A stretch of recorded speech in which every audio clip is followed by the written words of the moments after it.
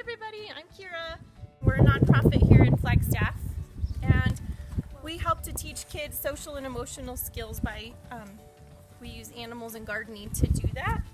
And social and emotional skills are just things like healthy boundaries, relationship skills, managing emotions, so anger and anxiety. And so when a kiddo comes to the farm, we do an activity based on those skills, and then they do a chore, and then they get to spend time with whatever animal that they like. And so we have the horses and the donkeys, goats, pigs, potbelly pigs, a rabbit, chickens, ducks, turkeys, and a cow.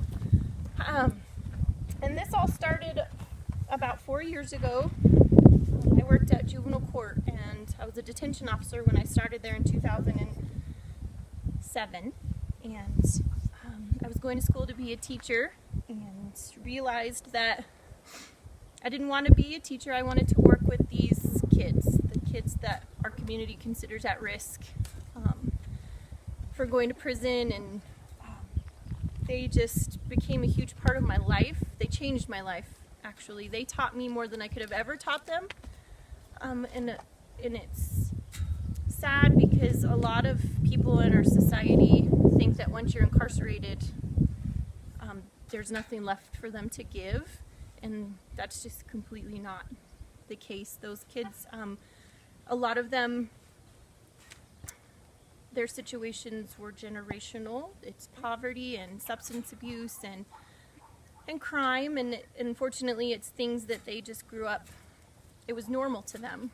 And so starting this organization, I wanted to help them understand that there's a great big world, and they don't have to continue down that path, that they can make their own choices and they can make good choices, and just because they were incarcerated did not mean they were bad people. They just made bad choices.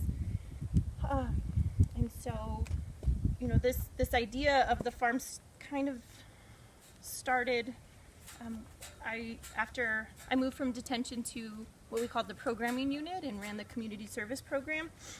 And I would take a group of kids into the community because they owed community service hours for the choice that they had made. And we would go to elderly people's houses and rake pine needles. We worked on a church's garden and dug ditches, and lots of hard work. And when they did all the things they were supposed to on Fridays, I would take them to the Humane Society and just let them play with the dogs. And a lot of the kids carry themselves, Cotton, that's my leg, that's my pants, kind of tough and hard, and but when I was observing, when they were with the animals, the dogs, they kind of lost all of that, and they were able to just be kids. And I noticed it at the deer farm when we went there, and so I wanted to create a safe place for kids to come and learn, you know, the skills that will help them to be successful. And so we really hope that is what they get out of building bridges. We also adopted a plot in the community garden in Sunnyside, and so they could grow their own food for their families, and we'll be able to walk and get it, a lot of them. And I realized that a lot of them didn't know where their food came from and how to even grow a garden. So when they come here to the farm, they grow a garden in the ground, but we also teach them container gardening. So if they live in an apartment or where they don't have any dirt, they can grow their vegetables. And so we have worked, we created a pilot program with juvenile court where we had one kid that came, and he was meeting all of his terms of probation, but he couldn't afford to pay his restitution. And restitution is money that you owe your victim, whatever crime that you committed. And so we partnered with another organization to be able to pay him $10 an hour, and $8 of that went directly to his restitution account, and $2 an hour went to him, and he was able to pay his restitution.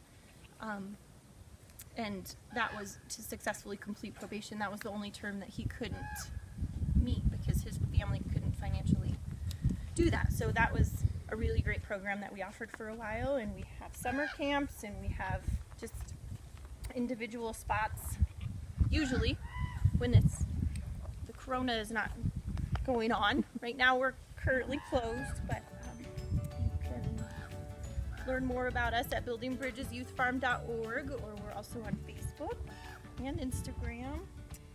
And thank you for watching our video. My favorite part about this is when kids come and they think they don't want to be here, and they come with their clean sneakers and then they leave with dirty shoes and happy hearts, and it's fun to watch them grow and learn new things.